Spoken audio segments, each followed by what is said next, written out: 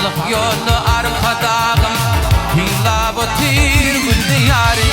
Geylen balkan geylen ne var arasında akali Taşovri marini İriktir yan haydakım ba Beş vilayet fırcım olup arkada savunliye Halkan gelin ahlakına Zekmet bilin cevap veriye Beş vilayet fırcım olup arkada savunliye Halkan gelin ahlakına Zekmet bilin cevap veriye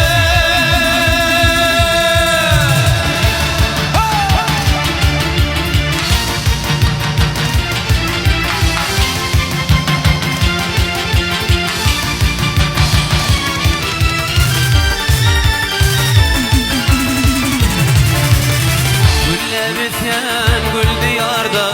Arkadağın ahlatı var Bu aşağıya ehli halkın Bedev başıyım akar ya Geylen balkan geylen ne var arasında akali Taşovri marini Bir duyan paytahtınma Beş vilayet fırcım olup arkada savunliye Halkın dinen ahlakına Zekmet bilin cevap veriye Beş vilayet fırcım olup arkada savunliye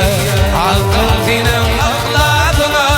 Zekmet bilin cevap veriye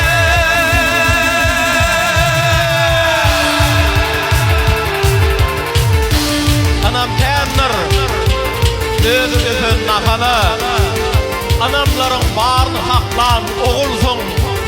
Gökdepede iýilip ýardy sahana Gilseňni beýik saklan ogulsun Erkimin badalyp erkimin durup Bir karar döwletin täzeden urup Neşäniň köküne palpaň urup iýilgüniň erkezini saklan ogulsun Watanyň parahat halkyň bagtyýar Haýkatyňdan gören döwlet bir karar